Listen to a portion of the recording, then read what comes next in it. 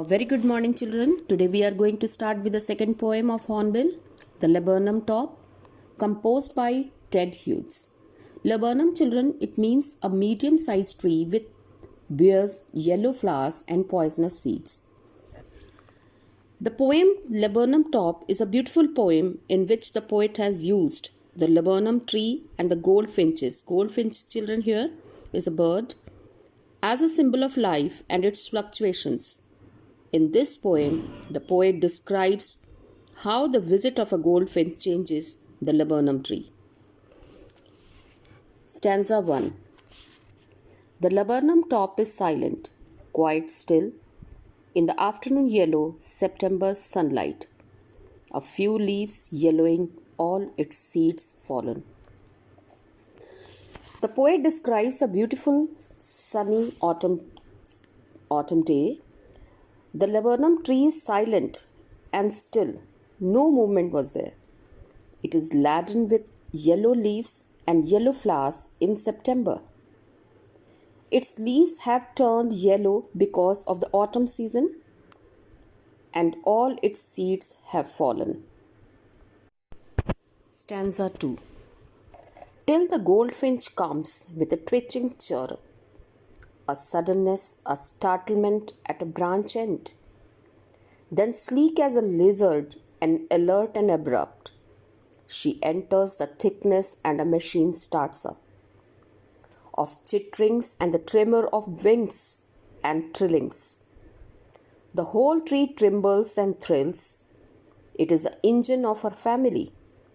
She stokes it full, then flirts out to a branch end, showing her barred face identity mask. Children, in this stanza, a startlement means a surprise visit of that bird. Sleek means a very smooth and glossy. Abrupt, all of a sudden. Chitterings, that is the chattering sounds of birds. Tremor of wings, that is the shaking of wings. Trilling, the singing in a repeated way. And barred means the striped one. Just then a goldfinch, children, alights on the laburnum tree. It came and started making a short, high-pitched sounds. The goldfinch has her nest in the tree. Her chicks are resting in the nest. The mother's return, a sudden movement stirs the tree. There was a heavy movement. Her little ones are excited on her arrivals and start chirping. The cautious mother enters the tree with great care so that no predator can come to know that her babies are housed in the nest.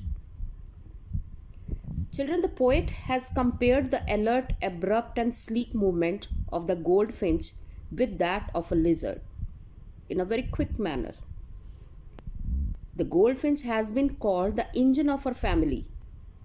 Just as the engine starts up the machine, her arrival in the nest has suddenly started up the silent machine. Machine here is nest. That is, the young ones have started chittering and making noise by seeing its mother. By feeding her young ones, she has added fuel to the machine. And as a result, the chicks now have the energy to be active and make noise. They feel energetic. After feeding her chicks, the goldfinch flies up and rests on the end of the branch of the tree, her identity concealed behind the yellow flowers and yellowing leaves. Children, here her barred face identity mask means the goldfinch has colored stripes across her face. It looks like a mask or covering on the face. It helps to identify the bird. Stanza 3. Then with airy delicate whistle chirp, whisperings she launches away towards the infinite, and the laburnum subsides to empty. Children, here airy means a very strange. Launches refers to flies. Infinite denotes the sky. And subsides to empty children, here it means it again becomes silent and still. So after some time, the goldfinch makes a strange short, high-pitched sound. Then she flies away towards the infinite sky. The laburnum tree becomes silent again after the departure of the goldfinch, and everything seems to be the same as it was before the arrival of the goldfinch.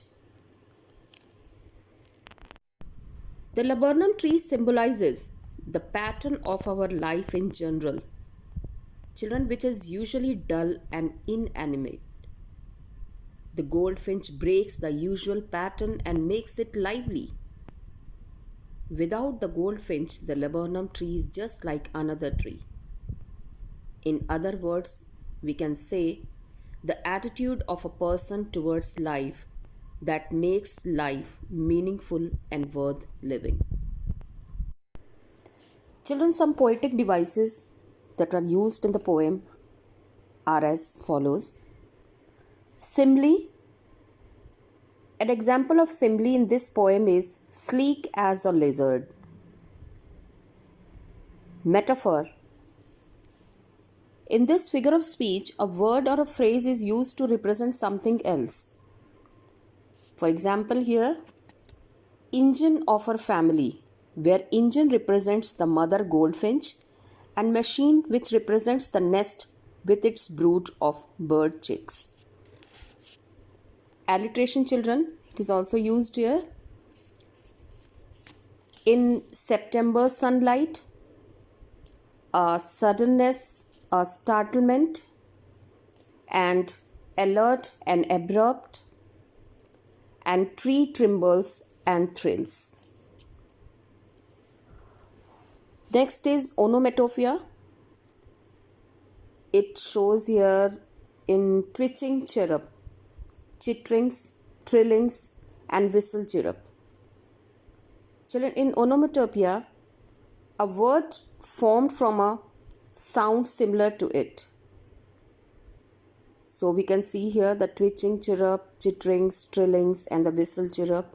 These are the example of onomatopoeia from this poem. Transferred epithet.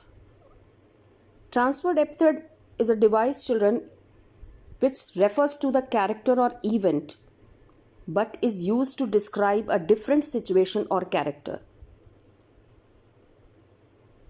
Like her barred face identity mask is an example of transferred epithet in this poem. The flowers of the laburnum trees looks like the bar where the bird sits behind the flower. The shadow of the trees, the flowers are on her face, looks like that she is wearing a mask that has bars on it. The poet has used here the hyperbole in a beautiful way to compare the sudden eruptions of chitterings in the tree to that of an engine starts up. Now, children, I will give you a brief summary so that it will help you out to understand the poem well. The laburnum tree top is silent and motionless. On a September afternoon, the golden sunlight is spread on it.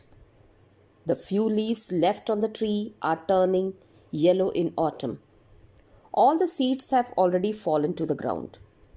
But the silence is broken with the arrival of a small singing bird, goldfinch. She has returned to meet and feed her young chicks.